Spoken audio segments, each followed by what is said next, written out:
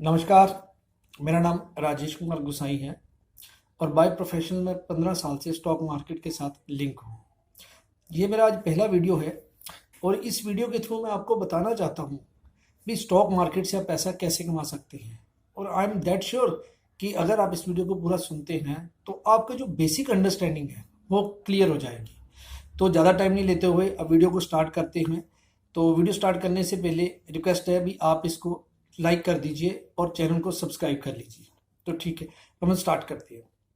देखिए, जनरली क्या होता है स्टॉक मार्केट में, हम जब जाते हैं किसी के पास भी तो लोगों का पहला क्वेश्चन ही हमारे पास ये होता है, सर कौन सा स्टॉक ले।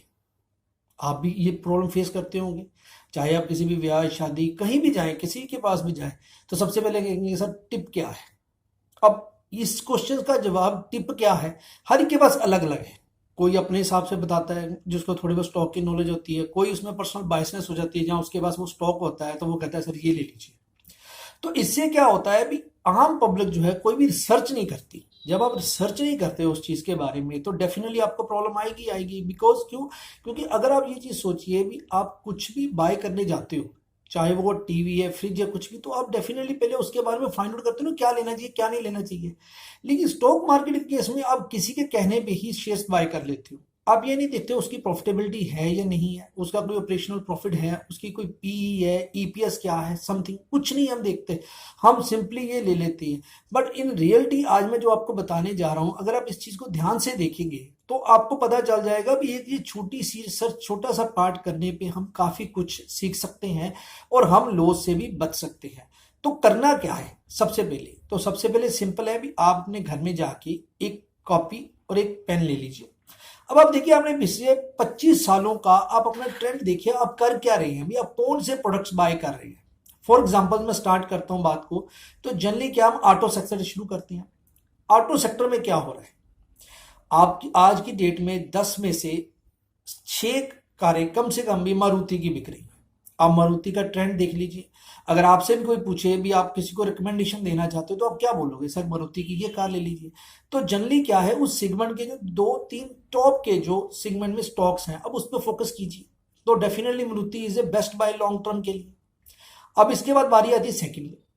अब अगर आपने कार ली है तो हम टायर इंडस्ट्री की बात कर लेते हैं। मैं आपसे ही पूछता हूँ भाई मैंने टायर लेना कौन सा लूँ, तो आपके मुंह से डेफिनेटली यही निकलेगा क्या, सर सीएट ले लो, अपोलो ले लो, एमआरएफ ले लो, यही निकलेगा नॉर्मली। ठीक है, तो आप पिछले 25 सालों से ले ही रहे हैं, लेकिन आपने शेयर नहीं लिया, आपने प्रोडक्ट लिया है।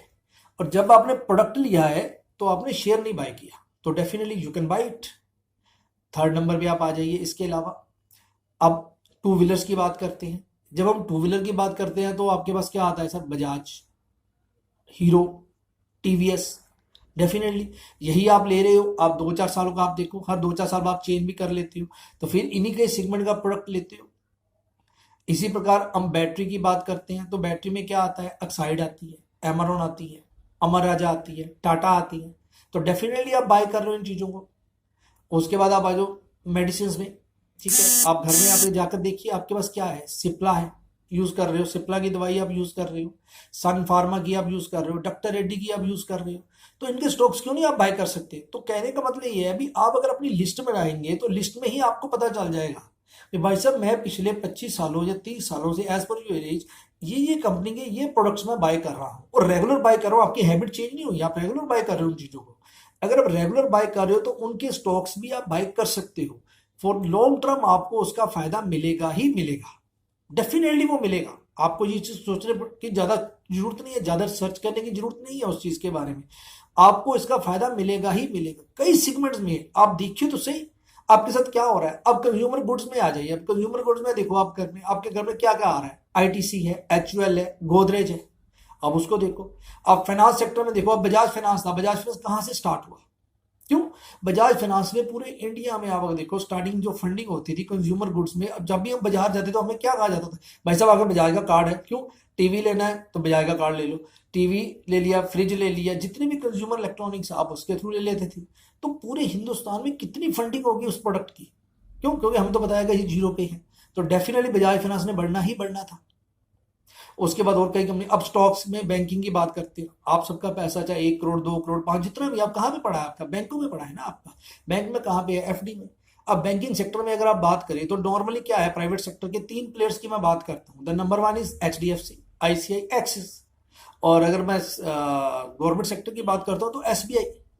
तो अगर आपका पैसा इतने पड़ा है तो इसका अगर 10% भी आप स्टॉक्स में लगा देते हो लॉन्ग टर्म के लिए, डेफिनेटली आप देखिएगा आपके घर में वो चीज जो है काफी देर से हो रही है, लेकिन हम उसकी तरफ ध्यान नहीं जा रहा। बाहर का और इंडिया और फॉरेन में फर्क कहाँ पे है? कल्चर में। वो लोग बिजनेस में इन्वेस्ट करते हैं, लेकिन हमारे यहाँ पे ट्रेंड क्या है, हम बिजनेस से सामान खरीद लेते हैं उनसे, लेकिन हम उनमें शेयर्स नहीं बाय करते। अब ये तो हो गया एक सेगमेंट वाइज। अब कई बंदे कहते हैं यार मेरा इतना दिमाग ही नहीं है, अब मैं क्या करूं? अब उनके लिए भी एक और अच्छी चीज है, क्या है? अब फॉर एग्जांपल जैसे अदानी ग्रुप है, आपको पता है अभी हम नॉर्मली सुनते हैं सर अदानी ग्रुप टॉप हो रहा है इंडिया का, रिलायंस टॉप हो रहा है, टाटा टॉप हो रहा है। तो आप अगर इसी सेगमेंट के ही स्टॉक्स पकड़ लें उनके, उसी सेगमेंट के पर्सन के, क्योंकि आपको उसकी लीडरशिप पर विश्वास है ना, तो अगर लीडरशिप पर विश्वास है तो आप उसके बाय कर लीजिए। तो अगर आपने वो भी बाय किए होते तो डेफिनेटली यू विल विनर। अब कई सेगमेंट ऐसे हैं जिनमें कंपटीशन ही नहीं है। फॉर एग्जाम्पल जैसे मैं एग्जाम्पल लेता हूं IRCTC की, आप देखिए अब रेलवे की जितनी भी ऑनलाइन बुकिंग होती है थ्रू IRCTC पे होती है। अगर IRCTC तो उसका कॉम्पिटिटर कौन है? कोई भी नहीं है, ठीक है। दूसरे पैटर्न पे आ जाइए, अब जितनी भी ट्रेडिंग जो होती है, गोल्ड है, सिल्वर है, इन सबकी किस पे होती है? MCX पे। तो MCX बाजार में है ही नहीं है। अब तीसरा प्लेयर आ जाए IEX which is energy stock. अब इसका कंपटीशन भी आप बता दीजिए किसके साथ है? कोई है बाजार में? नहीं है। अब डीमेट्स में आप आ जाइए, डीमेट में हमारे जितने भी ट्रेडिंग अकाउंट डीमेट अकाउंट खोल रहे हैं, हम रूटीन में देख रहे हैं IPO आएगा समथिंग जो भी है, लेकिन कहाँ पे खुल रहे हैं? CDSL में। तो इसका कंपटीटर कौन था? NSDL। तो कंपटीशन है ही नहीं ना आगे, किसके ज्यादा कंपटीटर? तो जब कंपटीटर कोई नहीं है बाजार में तो हमें डेफिनेटली इनके साथ ही जुड़ना चाहिए। तो आज मैं आपको सिर्फ इतना सा ही आइडिया देना चाहता था भाई, आपको पहले बेसिक घंटा आपको किसी पूछने की जरूरत नहीं है। आप कॉपी लीजिए, पेन लीजिए, लिखिए, आप अपना पोर्टफोलियो खुद ड्राइव कीजिए और उस पर आप अपने हिसाब से थोड़ा थोड़ा जैसे जैसे करके आप लगाना चाहते हो आप लगा लीजिए। अगली बार में नेक्स्ट जो अपना वीडियो होगा उस वीडियो में आपको बताऊंगा भी कोई भी स्टॉक लेने से पहले हमें 3 बेसिक चीजों के बारे में सोचना होगा। अगर वो स्टॉक वो 3 चीजों में आता है तो हमें वो बाय करना है, अगर नहीं आता तो हमें वो बाय नहीं करना। वो 3 चीजें क्या है वो मैं अपने नेक्स्ट वीडियो में आपको बताऊंगा। थैंक्स ए लॉट्स, होप कि आपको ये वीडियो पसंद आया होगा। नेक्स्ट वीडियो के लिए जल्दी मिलते हैं। थैंक्स।